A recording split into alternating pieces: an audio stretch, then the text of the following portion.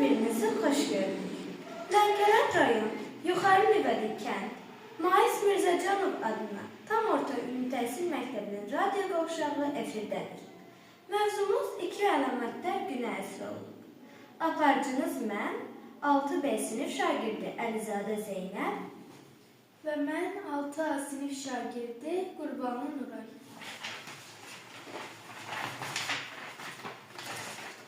Azərbaycan muğam sənətinin karafeylərindən Qarabağ Xanəndəlik Məktəbinin görkəmli nümayəndələrindən biri də Xan Şuşinskidir. Əsl adı İsfəndiyar olan böyük sənətkar 1901-ci il avqustun 20-sində Qarabağın məşhur tayfalarından olan Cavanşir sülaləsinə mənsub Aslan bəyin ailəsində dünyaya göz açıb. Bacı İsfəndiyarın ustadı İslam Abdullayev öz dövründə SG İslam kimi tanınırdı. O, məclislərin birində İsfəndiyarın səsini bəyənib və onu özünə şagird götürüb. İsfəndiyarın xalq adının verilməsinin maraqlı tarixçəsi var. SG İslam tələbəsi İsfəndiyarla birgə Ağdamın Novruzlu kəndində bir məclisdə imiş. Ev sahibi İslam Abdullayevin arzusu ilə qramofonu qurur və Təbrizli Əbülhəsən xanın ifasında Kür Şahnazını dinləyirlər. Hamının heyranlıqla qulaq asdığı bu ifadan sonra SG İslam üzünü İsfəndiyara tutub deyir: "Bəlkə sən də bizim üçün Kür Şahnazı oxuyasan."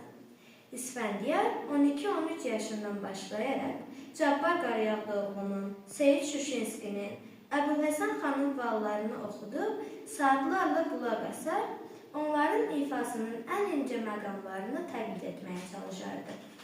Amma gözlənilmədən özü də Əbülhəsən xanın ifasından sonra oxumağa tərəddüd edir.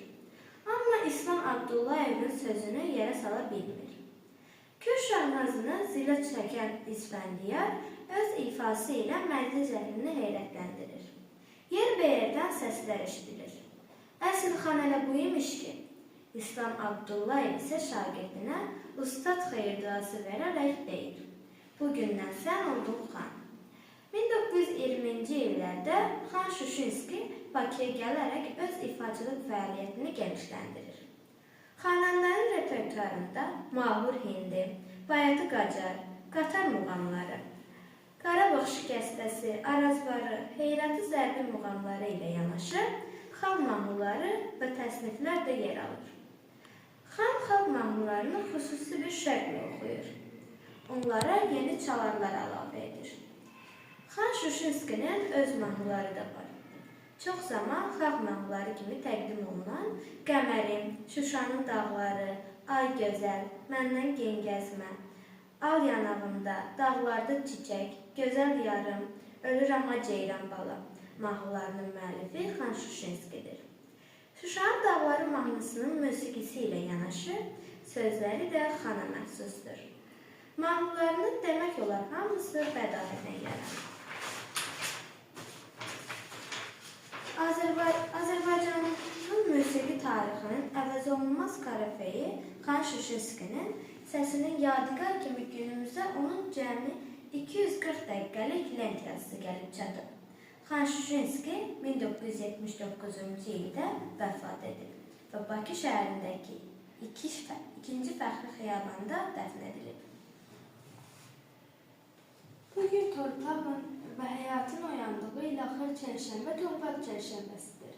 Bu çərşənbə yazın gəlməsinə daha az vaxtın qaldığına işarədir. Torpaq çərşənbəsi hesab olunan sonuncu çərşənbə bayrama daha yaxın olduğu üçün insanlar tərəfindən xüsusi qeyd edilir. Xalq arasında yer çərşənbəsi, ilaxır çərşənbə, çərşənbə suri adları ilə də tanınır. Torpaq ünsürü insan yaradılışının əsasını təşkil edir. Torpaq həm Türk mifologiyasından, həm də milli mənəvi dəyərlərimizdən qaynaqlanaraq müqəddəs hesab olunur. Hələ qədim dövrlərdən bəri insanın ən böyük andı torpaqla bağlı idi. Torpaq haqqı deyən sözünü söyləyərdi. Torpaqdan pay olmaz, torpaq deyir, səndən hərəkət, məndən bərəkət. Torpaqla əlləşən ac qalmaz. Türk mifologiyasına görə yatmış torpaq oyanaraq insanları acılıqdan qurtarır. Birər rəvayətinə görə Xızır qardaşı torpaq sahibi zindanı donmuş halda qar altında tapır. Öz isti nəfəsi ilə qızdırır. Zindan qar altından çıxaraq itmiş öküzünü tapır.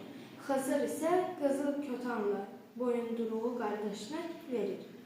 Onlar çərşənbələşib, yer çərşənbəsi bayramı tədbirlə torpağı oyatmağa çalışırlar. Səsləndi xoruz banı, açıldı sübhün danı. İlin yaz fəsli gəldi, qızdı torpağın canı. İnanca görə əcdadlarımızın həmin çərşənbədə tarlaya çıxar, torpağı şumlayardılar. Bunu edə bilməyənlər heç olmasa torpağı 2-3 dəfə belləyərdilər. Burada məqsəd torpağı yuxudan oyatmaq və artıq əkin vaxtının yetişdiyini xəbər verməkdir. Qədimdən gələn digər bir adətə görə, axır çərşənbə günü qadınlar, qızlar çiyələrini tökmək üçün çay üzərinə yollanar və su üstündən tullanarmışlar.